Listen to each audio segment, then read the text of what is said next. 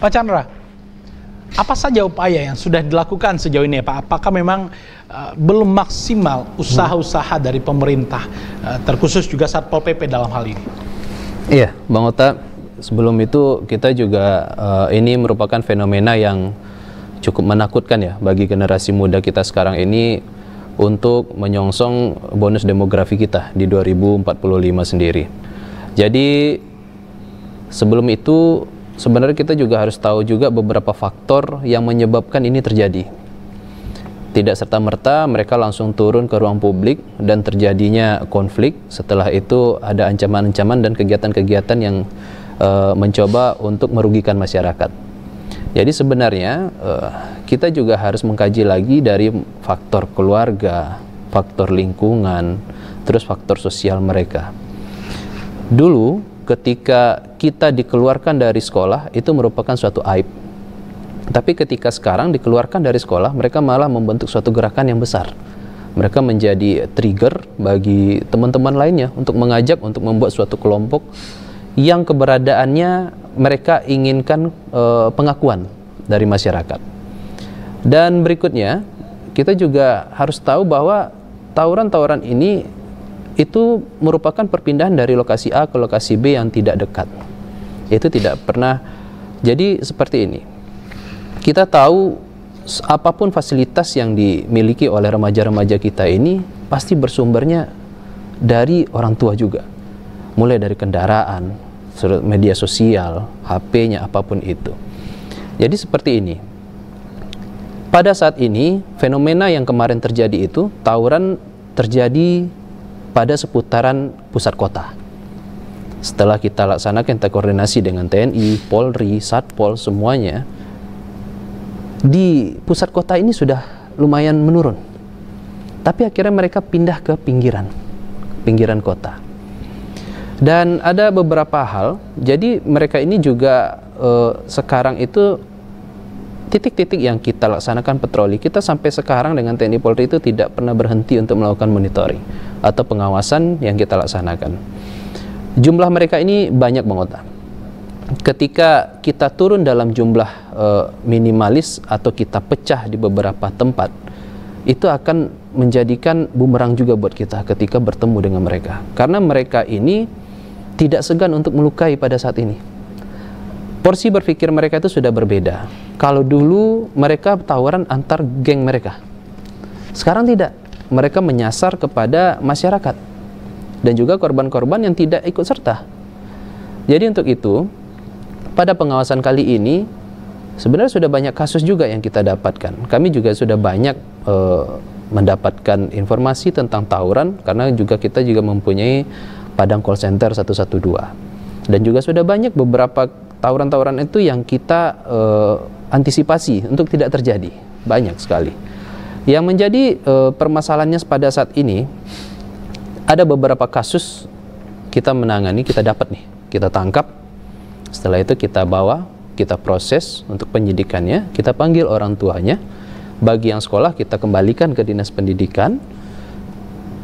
Banyak dari orang tua para remaja kita ini yang malah menyatakan hal untuk tidak bisa lagi mengurusi. Itu adalah fenomena yang saya rasa jauh dari luar nalar kita. Bahwa mereka itu malah sering bilang, yaudah Pak, bina saja anak saya. Karena di rumah mereka juga tidak bisa dibina lagi. Ini adalah merupakan suatu fenomena yang tidak bisa kita biarkan. Jadi ketika memang kita ingin menyelesaikan suatu permasalahan ini, semua lini harus bergerak. Semua lini itu harus bergerak. Pada saat ini, kecamatan, kelurahan, Babinsa, Babinkamtibmas, organisasi-organisasi kepemudaan juga sudah bergerak di daerahnya masing-masing. Tapi yang mereka takutkan itu adalah nanti ketika jumlah mereka membesar tidak terbendung. Dan ketika kita mendapatkan informasi, kita contoh lagi mengadakan kegiatan patroli di wilayah A. Ketika dapat informasi ke wilayah B itu kita membutuhkan waktu. Setelah waktu itu terlaksana, sampai di sana mereka sudah bubar. Karena tawaran ini tidak pernah lama, Bang Ota. Intensitas waktunya itu 15-20 menit itu sudah selesai. Mereka bubar lagi. setelah jatuh korban atau apapun itu mereka hilang.